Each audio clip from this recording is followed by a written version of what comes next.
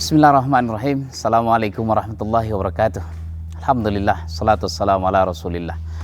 La hawla wa la quwata illa billah. Allahumma salli ala Sayyidina Muhammad wa ala ali Sayyidina Muhammad. Kawan-kawanku di penjuru dunia, apa kabar? Dari Bukit Dinamika Umat, modal sekolah bersih tanpa cleaning service, menyapa dan mendoakan. Mudah-mudahan Allah senantiasa melimpahkan rahmat dan karunia-Nya kepada kita semua. Amin ya Allah ya Rabbal Alamin. Masih lanjutan episode yang lalu tentang wahai anakku, ya bunayya, di dalam Al-Quran. Dan saya sudah menyampaikan beberapa 3 episode sebelumnya ini tentang sapaan Nabi Yakub alaihissalam kepada anak-anaknya, kepada Nabi Yusuf.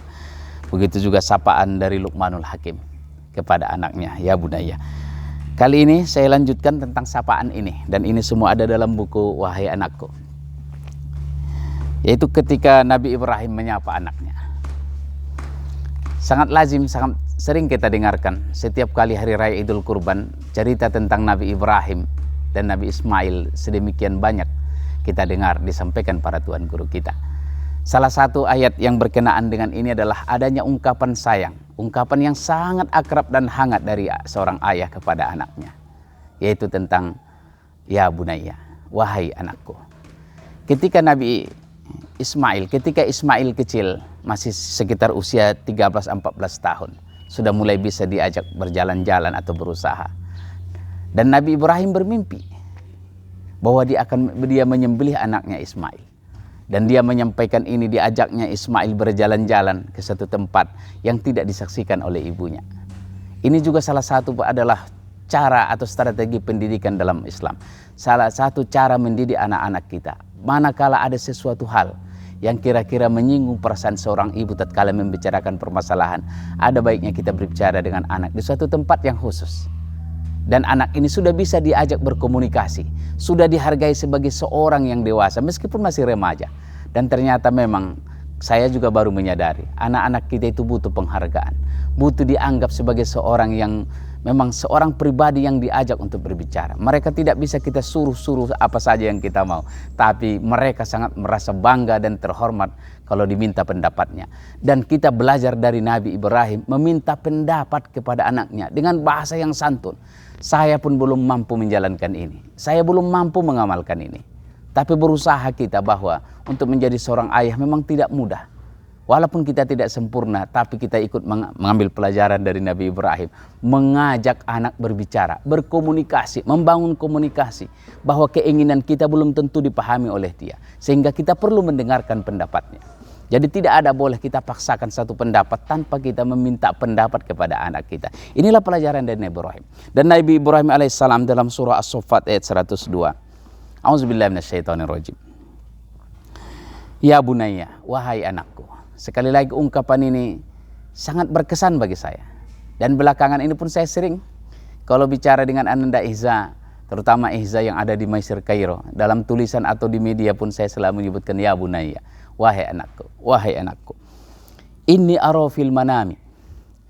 Aku bermimpi dalam tidurku. Anni azbahuka. Aku menyembelihmu. Fanzur ma tara, maza tara. Apa pendapatmu tentang ini? Ini kan luar biasa. Kita membayangkan seorang ayah yang bermimpi menyembelih anaknya, lalu menyampaikan mimpinya kepada anaknya dengan bahasa yang sangat santun. Wahai anakku, aku bermimpi dalam tidurku bahwa aku menyembelihmu. Bagaimana pendapatmu? Luar biasa ungkapan ini. Dan jawaban anak itu pun nanti akan kita lihat bagaimana dia menjawab kepada ayahnya. Tapi sekarang kita fokus bagaimana ayah menyapa anaknya. Dan ungkapan wahai anakku ini akan berbalas dengan ungkapan yang sangat setimpal. Makanya nanti di pada penjelasan yang akan datang, Nabi Ibrahim Ismail kecil pun menjawab ungkapan ayahnya Nabi Ibrahim dengan ungkapan yang setara kenikmatannya, setara keakrabannya, setara kehangatannya. Ya abati, ya abati. Ungkapan ini nanti akan kita bahas pada episode yang akan datang. Tapi ungkapan ketika ayah mengucapkan wahai anakku, maka sang anak pun akan menjawab wahai ayahku. Dan ungkapan ini sama-sama seimbang, menunjukkan kesetaraan, menunjukkan kedekatan dan kehangatan. Dan yang terakhir ungkapan ya bunayya dalam Al-Quran yang ada di tulisan buku ini adalah ungkapan sapaan Nabi Nuh kepada anaknya Kan'an.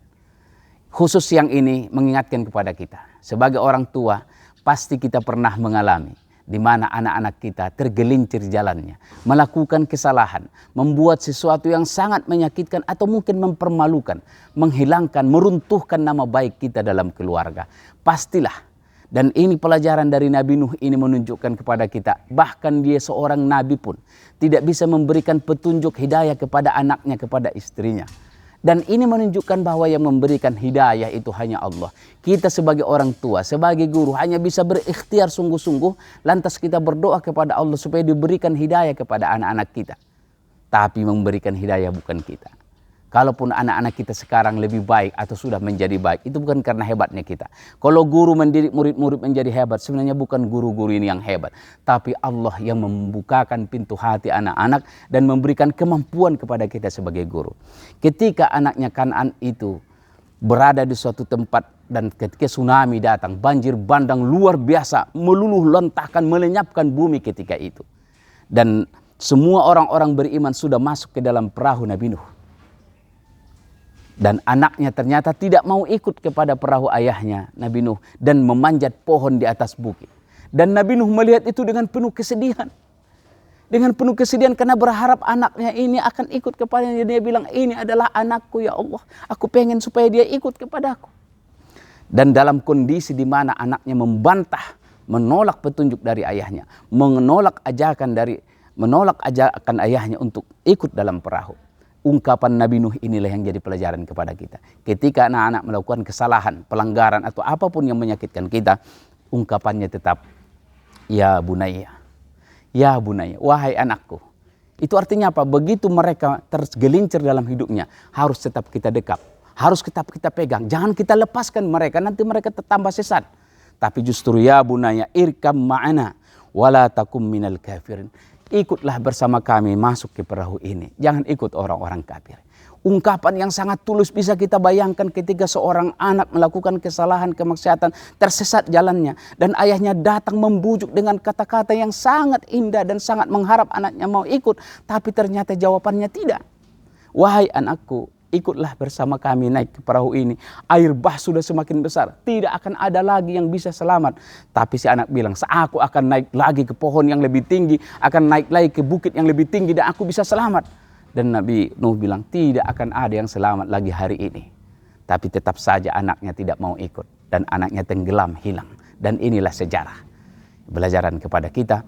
Kita memang harus berikhtiar sedaya mampu kita lakukan. Tapi ketika ada ujung saatnya nanti, mereka tetap bertanggung jawab terhadap perbuatan mereka. Semoga tausiah yang singkat ini menguatkan kita agar kita tetap menjadi orang tua yang berusaha terus belajar, memperbaiki diri. Sehingga kita bisa merangkul anak-anak kita, menyelamatkan mereka di dunia dan akhirat.